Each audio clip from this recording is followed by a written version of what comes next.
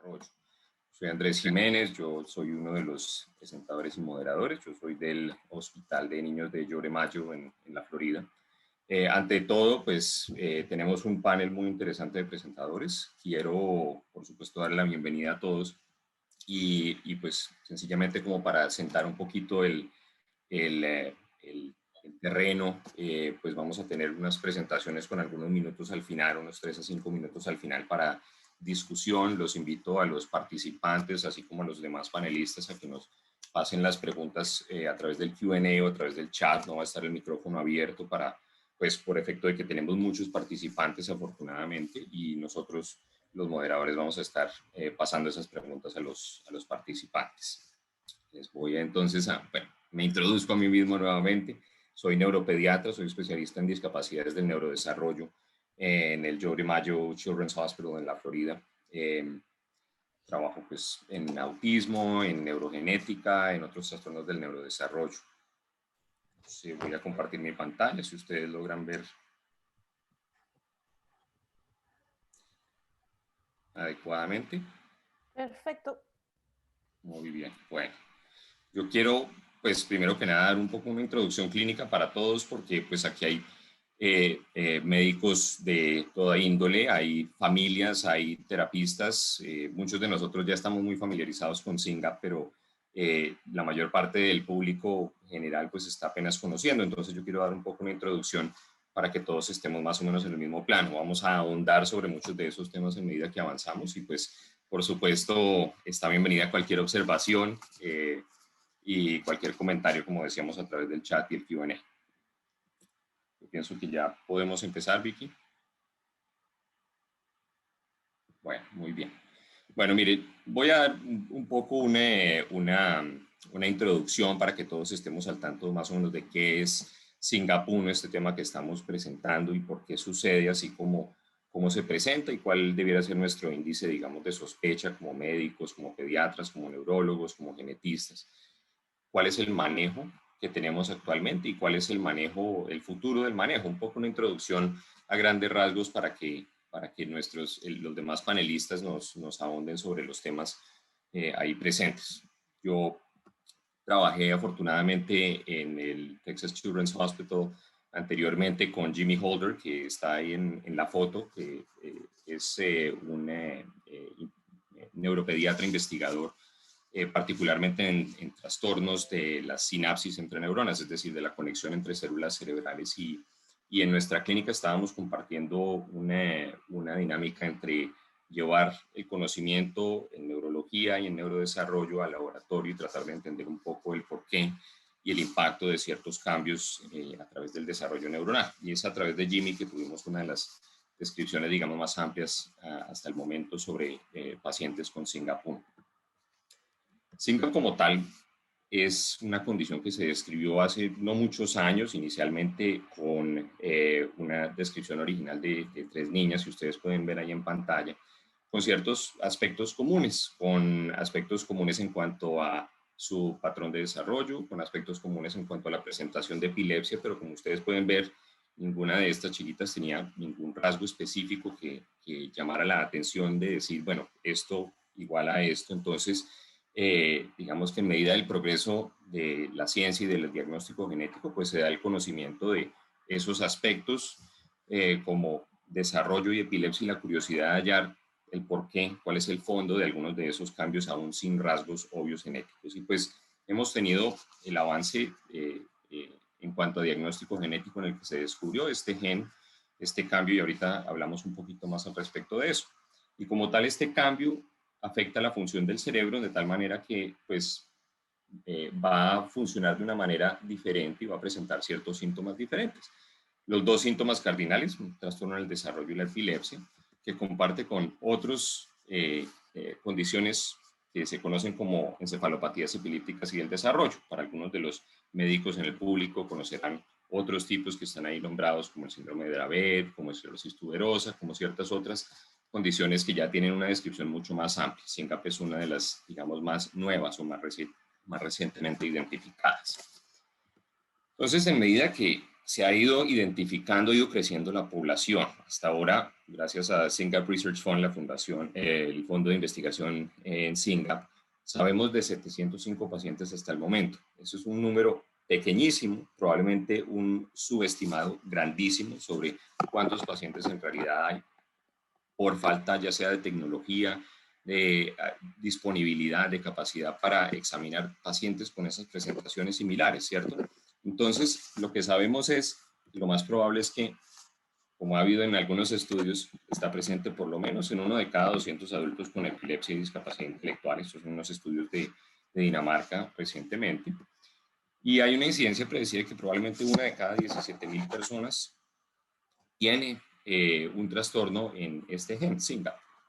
Lo que a mí me llama como neuropediatra, desarrollista y especialista en autismo, más la atención es que sabemos que es uno de los genes que más se presenta cuando hacemos estudios específicos sobre autismo. Esto es un estudio relativamente reciente también, simplemente mostrando que es uno de los genes que más figura, digamos, cuando estamos hablando de autismo, sin ninguna causa sindrómica, es decir, sin ninguna colección específica de síntomas.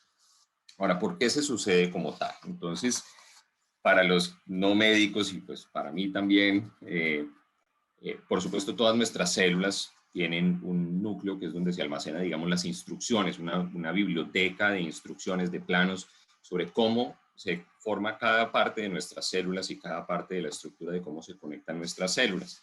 Esas instrucciones se llaman ADN y los genes dentro del ADN.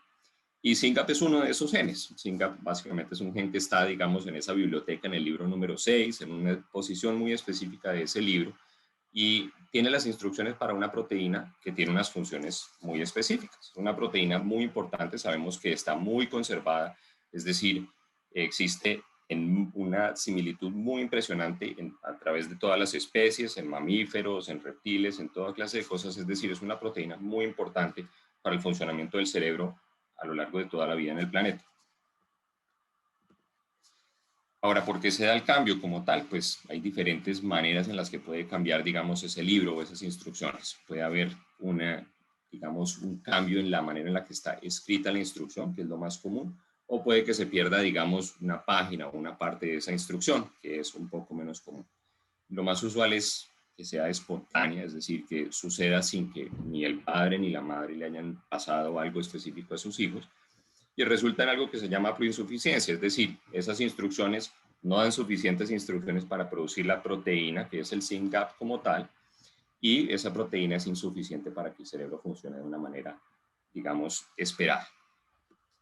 Nosotros en Texas Children's habíamos tenido un grupo de pacientes que habíamos evaluado, y esto es simplemente una ejemplificación de esas instrucciones y las diferentes áreas en esas instrucciones que ustedes pueden ver de izquierda a derecha, donde puede, digamos, si eso fuera cada una de las páginas dentro de esa instrucción, donde puede haber cambios identificados, tanto en nuestro grupo como en otros grupos, hasta el punto en el que vamos a cabo la publicación, dentro de ese capítulo, pues, que es el SYNGAP. Puede haber cambios en muchas partes y la severidad del cambio o de los síntomas puede determinarse en alguna medida por dónde se presentan algunos de esos cambios. Ahora, ¿qué es la proteína SYNGAP como tal? Es una proteína que aquí, como pueden ver, esto es un diagrama, digamos, de cómo funciona la conexión de las células cerebrales como tal. Ustedes pueden ver que la proteína SYNGAP tiene un efecto sobre una cosa que se llama RAS, o una cadena de eventos que sucede a lo largo de la célula, que al fin lleva a la expresión o a la muestra sobre la membrana de las células de unos receptores específicos que son muy importantes a nivel de función celular y de conexión celular, sobre todo tempranamente en la vida, pero también más adelante en la vida, sobre la manera en la que se moldean las conexiones entre las células. Cuando SYNGAP no funciona correctamente, el número de esos receptores aumenta y la manera en la que, digamos, se modelan las células se ve impactada. ¿Y a qué resulta eso? Pues que las conexiones entre las células del cerebro se van a ver afectadas, y al afectarse esas conexiones vamos a tener los síntomas clínicos, es decir, los cambios, los síntomas, los signos, la presentación que vamos a ver dentro de nuestros pacientes. Nuestros pacientes, nuestros chiquitos, grandes, no tienen ningún rasgo específico que uno pueda decir salta a la vista, que hay algo que me incrementa el índice de sospecha. Esto es una ejemplificación de otro grupo muy grande que dio una investigación muy amplia sobre, digamos, toda clase de pacientes a lo largo del mundo. Y como ustedes pueden ver, no hay ningún rasgo distintivo que uno diga claramente esto es SINGAP o esto no es SINGAP. Aquí lo que tenemos es una colección de personas que han presentado en diferentes momentos de la vida epilepsia usualmente difícil de tratar, y trastornos en el desarrollo atraso en el desarrollo, discapacidad intelectual, autismo, entre otros, pero no hay un rasgo claramente síndrome. Lo más común, pues la primera pregunta o la primera razón de presentación para muchos especialistas son las convulsiones. ¿Y qué tipos de convulsiones? Esto es un poco de la jerga médica, por así ponerlo. Ya son diferentes tipos, entre muy frecuentemente mioclonos, ausencias atípicas, es decir, que la persona no está convulsionando haciendo movimientos, sino sencillamente se detiene en su comportamiento en general. Atonía, es decir, que pierden la capacidad de mantener su postura y caen al suelo, u otros tipos de convulsiones. Nosotros habíamos descrito en algún momento algunas de esas síntomas dentro del grupo de Texas Children's, como pueden ver, y hay diferentes tipos que a veces son difíciles de identificar si no tenemos la capacidad de hacer la evaluación con ciertas medidas de ondas cerebrales y ese tipo de cosas. Sabemos que existen trastornos en el neurodesarrollo. Aquí, como ustedes pueden ver, digamos, esto es un poco difícil de entender esta gráfica, pero lo grande para entender es en rasgos generales en cuanto al desarrollo que nosotros tenemos a lo largo de la vida. Desarrollamos capacidades como la motricidad gruesa, que es caminar, gatear, subir escaleras, montar en bicicleta; motricidad fina o habilidades visual motoras, que es parte del aprendizaje no verbal, es decir, cómo entiendo habilidades como, digamos, utilizar instrumentos, cómo percibo colores, cómo soy capaz de percibir ciertos rasgos como letras y cosas así. Y pues el lenguaje propiamente dicho, que lleva desarrollo social y otros aspectos del desarrollo también.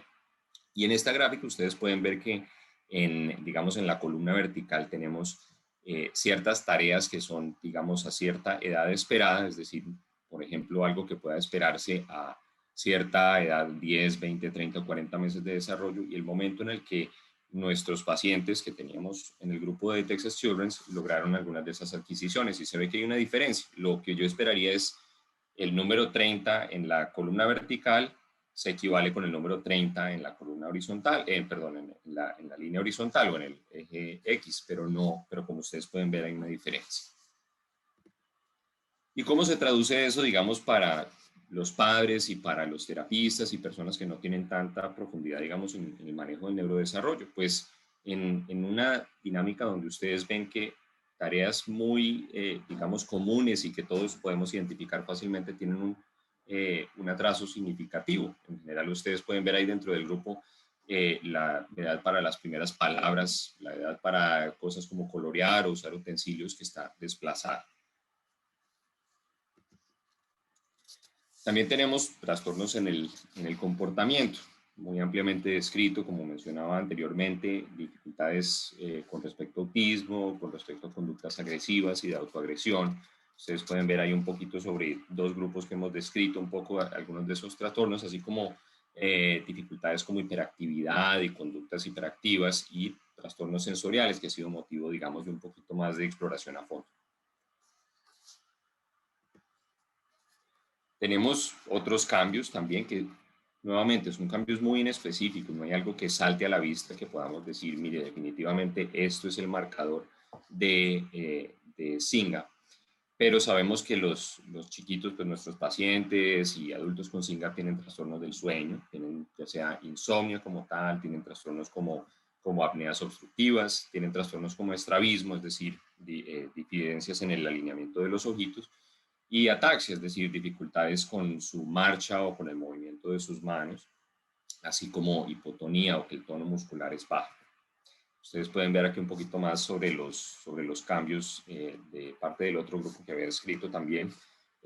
Nuevamente también problemas en la alimentación, problemas en el sueño, ataxia y cambios en la marcha. Esto es un poco para padres, para médicos, para padres que tengan sospecha, digamos, de algo más, de un fondo adicional en sus hijos o en sus pacientes. ¿Cuándo sospechar? SYNGAP, porque de por sí es algo un poco diferente a lo que, digamos, a lo que entra usualmente en nuestra consulta. En mi opinión y pues compartiendo con algunos otros neurólogos que nos hemos dedicado a trabajar mucho con pacientes con epilepsias y encefalopatías epilépticas y el desarrollo del patrón de convulsiones, es un poco inusual en SYNGAP. Hay unas que saltan más a la vista y otras que simplemente deben incitar sospecha. Muchos pacientes pues, que yo he tenido nos han mencionado que algunos de los primeros síntomas eran al momento de la alimentación, pareciera que se quedaran dormiditos o que no pudieran seguir alimentándose bien porque estuvieran muy cansados y resulta que esos eran pequeñas convulsiones que estaban teniendo en ese momento.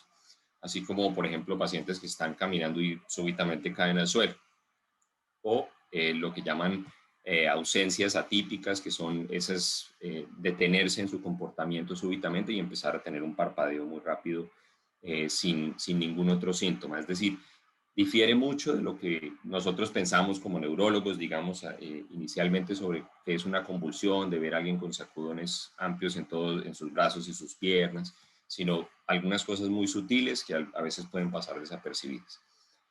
¿Qué más debe incitar sospecha? Pues si hay algún trastorno del desarrollo asociado, es decir, epilepsia y autismo, epilepsia y un trastorno significativo en el desarrollo, o si hay alguno de esos hallazgos accesorios, como lo llamo yo, es decir, epilepsia y ataxia, epilepsia y el tono es muy bajo, epilepsia y hay algún otro trastorno de los mencionados.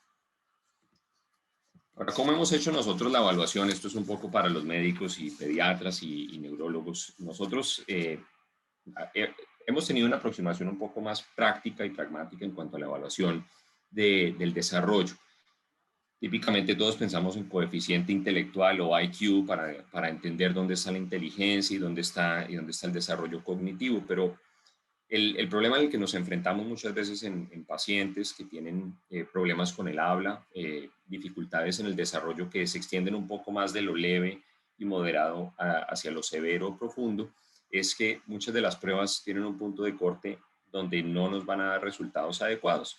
Y para mí, pragmáticamente, quiero también entender qué le puedo decir a un padre o a un terapista para decirle, mire, aquí es donde está la edad, digamos, de su hijo o hija y aquí es donde podemos entender dónde está el nivel de desarrollo para saber cuáles son las metas a largo plazo de lo que podamos alcanzar. Personalmente utilizo herramientas como las escalas de Capuri, que son pues, un tipo de escala sencillamente para medir desarrollo cognitivo desde un punto de vista no verbal y verbal, que nos da una edad estimativa, así como las escalas de desarrollo de Gesell, que es otra dinámica, sencillamente con mucho juego, con mucha interacción, pero sin la formalidad y la estandarización, y nos permite dar un estimativo.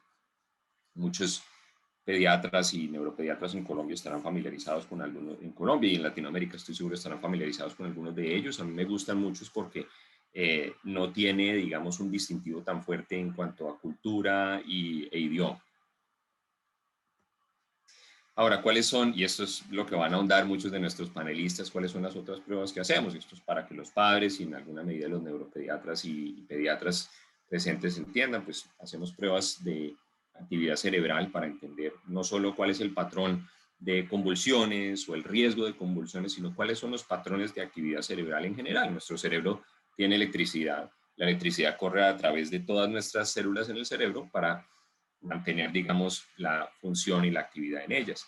Y al reconocer si hay cambios en la actividad de base, sabemos la profundidad de las dificultades, eso era una de las cosas que nosotros habíamos tratado de entender en Texas Children's en algún momento, pero también podemos entender cuál es el riesgo, digamos, de epilepsia, cuáles son los patrones de las convulsiones.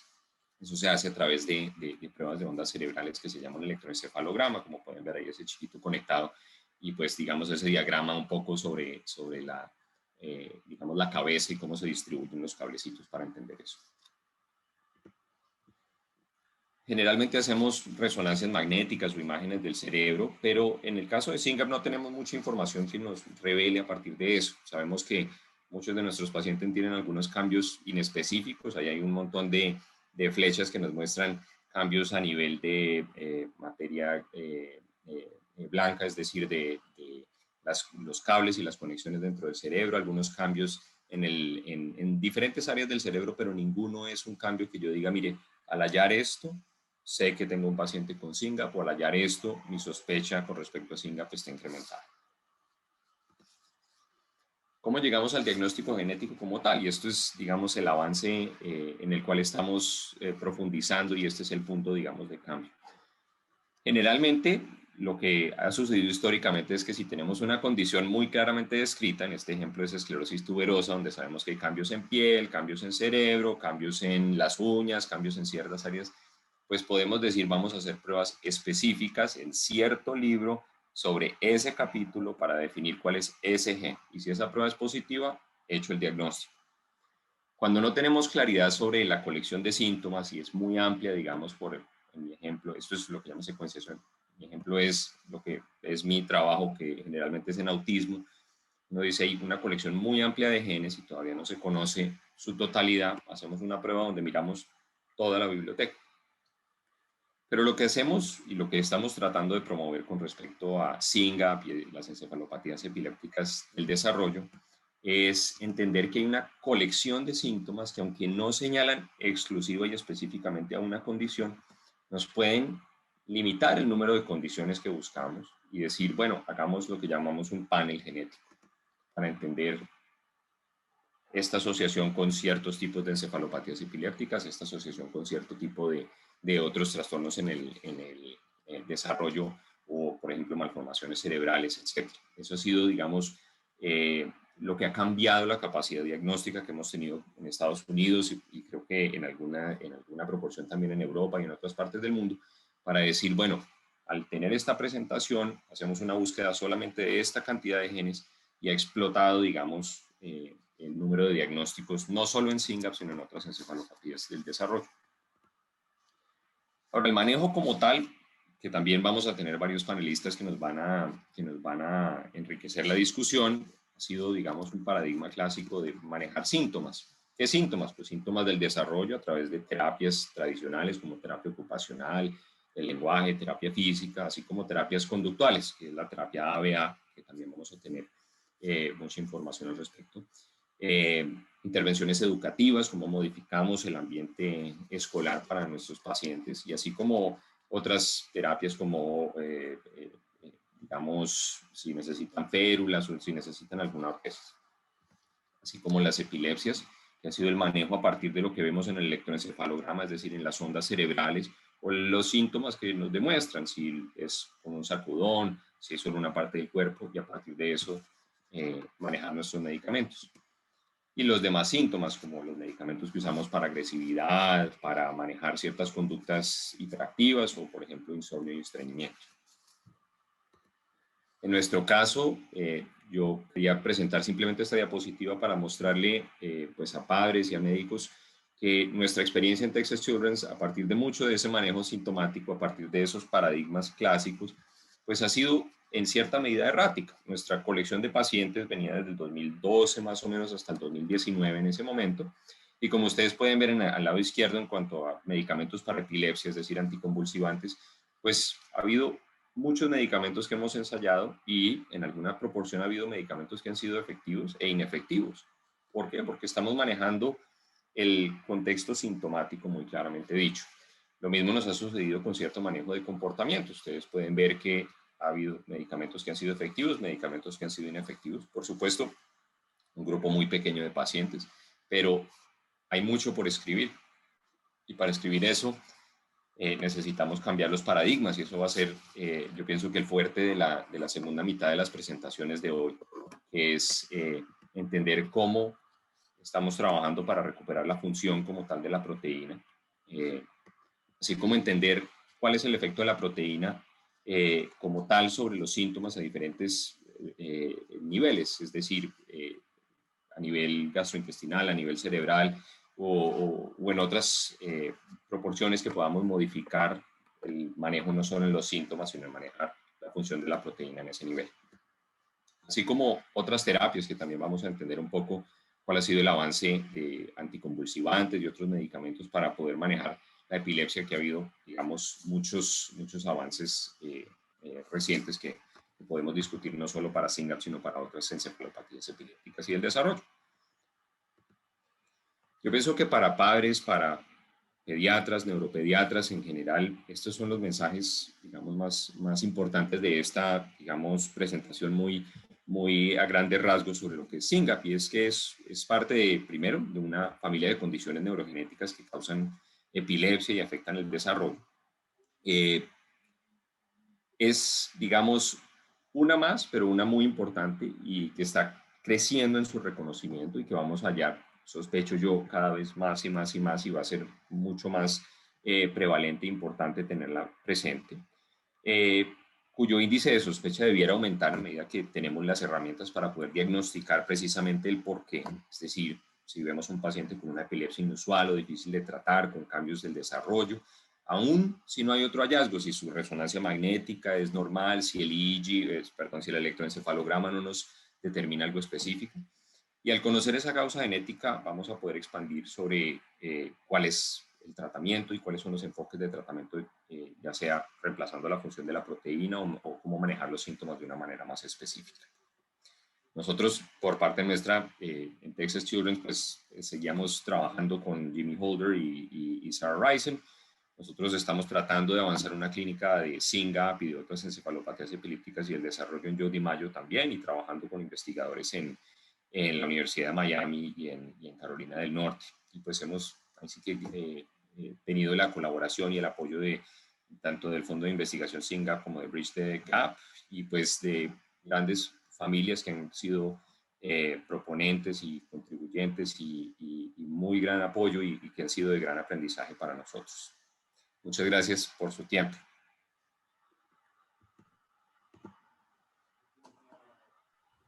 Y gracias a ti, Andrés. Ha sido una ponencia fantástica. Yo he aprendido un montón. 1 en 17.000 nacimientos. Es una prevalencia altísima, altísima. Sí, eso me acabas de cambiar los esquemas mentales de lo rara que era. Hay una pregunta ya en el chat y os animo a todos a poner más preguntas. Yo tengo también una pregunta para ti. Dices que no hay ningún marcador, algo distintivo que te haga pensar, esto podría ser SYNGAP, pero ¿qué hay de las crisis reflejas al comer? Porque yo no soy neuróloga, soy neurobióloga, pero no lo conozco tanto. En otras, conozco varios niños con SYNGAP que tienen eso, y a mí quizás la única cosa que me haría pensar, quizás, este niño tiende a tener crisis al darle de comer. No digo que mires solo SYNGAP, hay que hacer un panel, pero quizás es lo más distintivo. Totalmente de acuerdo. Digamos, en mi experiencia, tienes toda la razón. Ha sido uno de los síntomas que para mí han sido más distintivos. Inclusive eso fue parte de una discusión en el grupo de neurodesarrollo recientemente en la reunión de Child Neurology Society, que es la Sociedad de Neuropediatría de Estados Unidos, sobre la presentación precisamente de un caso de un chiquito que tenía convulsiones reflejas con masticación y autismo y trastorno del desarrollo. Resultó siendo totalmente distinto, pero digamos en mi cabeza explotaba ese entendimiento, y ha sido, digamos, uno de los hallazgos más comunes a lo largo de pues, nuestro grupo en Texas Children, así como de las descripciones de otras personas. Yo pienso que en cierta medida es digamos, subreconocido, por así poner, porque es un síntoma tan sutil. Sí. Es probable que como marcador patognomónico, es decir, sine qua non, pues que tiene que estar ahí, no sea el explosivo, porque hay pacientes que no lo tienen o en quienes no se reconoce. Tampoco es específico pero pienso que es probablemente una de los que enciende un bombillo y uno dice, ok, aquí sucede algo de ese índole. Y tenemos una pregunta en el chat que dice, quisiera saber si existe algo en especial que produzca la agresividad en niños con SYNGAP. El SYNGAP SNAP que hablan las madres, esa agresividad. No estoy al tanto de que haya algo específico con respecto a eso. Hay investigación, por ejemplo, para entender cuáles son los trastornos del procesamiento sensorial y si eso puede tener algún impacto, y se sabe que SYNGAP tiene un impacto en procesamiento sensorial. ¿En qué medida? Y pues digamos ya es hipótesis respecto a qué causa la agresividad y qué causa la respuesta sintomática, es decir, qué causa los comportamientos, si es a partir de trastornos sensoriales, si es a partir de problemas de comunicación, que es en mucho contexto es algo que sucede con pacientes con autismo con o sin SYNGAP, es decir, un deterioro en la comunicación que lleva a conductas, es decir, que lleva a conductas secundarias y no necesariamente se origina de digamos, el cambio en la proteína o el cambio en la conexión entre las células cerebrales. Y tenemos otra última pregunta que dice, ¿con qué otra patología se puede confundir más fácilmente? Cuando no piensas que es SYNGAP, ¿qué piensas que es? Pues digamos que es una pregunta un poco difícil porque digamos, primero tenemos un grupo muy pequeño hasta ahora de pacientes, por lo menos como experiencia individual en muchos grupos. Entonces, identificados SYNGAP, un grupo único, grupos que tengan más de 15 o 20 pacientes en un mismo hospital es muy pequeño, ¿cierto? Entonces la experiencia no es muy variada con respecto a un solo observador. Y segundo, los síntomas son un poco amplios, es decir, epilepsia y autismo, epilepsia y trastorno en el desarrollo, tal que hay pues un montón de posibilidades diferentes de diagnóstico. Yo no pienso que haya nada que salte a la vista. Varias de las encefalopatías epilépticas y el desarrollo comparten mucho de eso. Digamos que no hay uno que yo les pueda decir, mire, esta es la sospecha específica, por eso es que comentaba sobre el énfasis en los paneles para hacer el diagnóstico, más allá de enfocarse sobre una patología u otra patología específica. Pues yo creo que por razones de tiempo. Por comentar. Bueno, no, enhorabuena Andrés. Sí quería comentar, ya que justo estabais hablando de lo de las crisis y me va a tocar después a mí hablar de eso. Es verdad que las crisis relacionadas con la masticación o con la alimentación se han hecho tan famosas en relación con SYNGAP que he visto ya 2 reuniones de casos clínicos de epilepsia en las cuales hablaban de este tipo de crisis. Todo el mundo sospechaba SYNGAP y luego no era ninguno de los dos SYNGAP, ¿no? O sea que esto es un poco... Pero bueno, es bueno que lo tengamos siempre en la cabeza porque lo conseguiremos diagnosticar más al final. Exacto, lo visibiliza, estoy absolutamente de acuerdo, pero me ha pasado eso. Y uno dice SYNGAP hasta que se demuestre lo contrario y resulta que se demuestra lo contrario.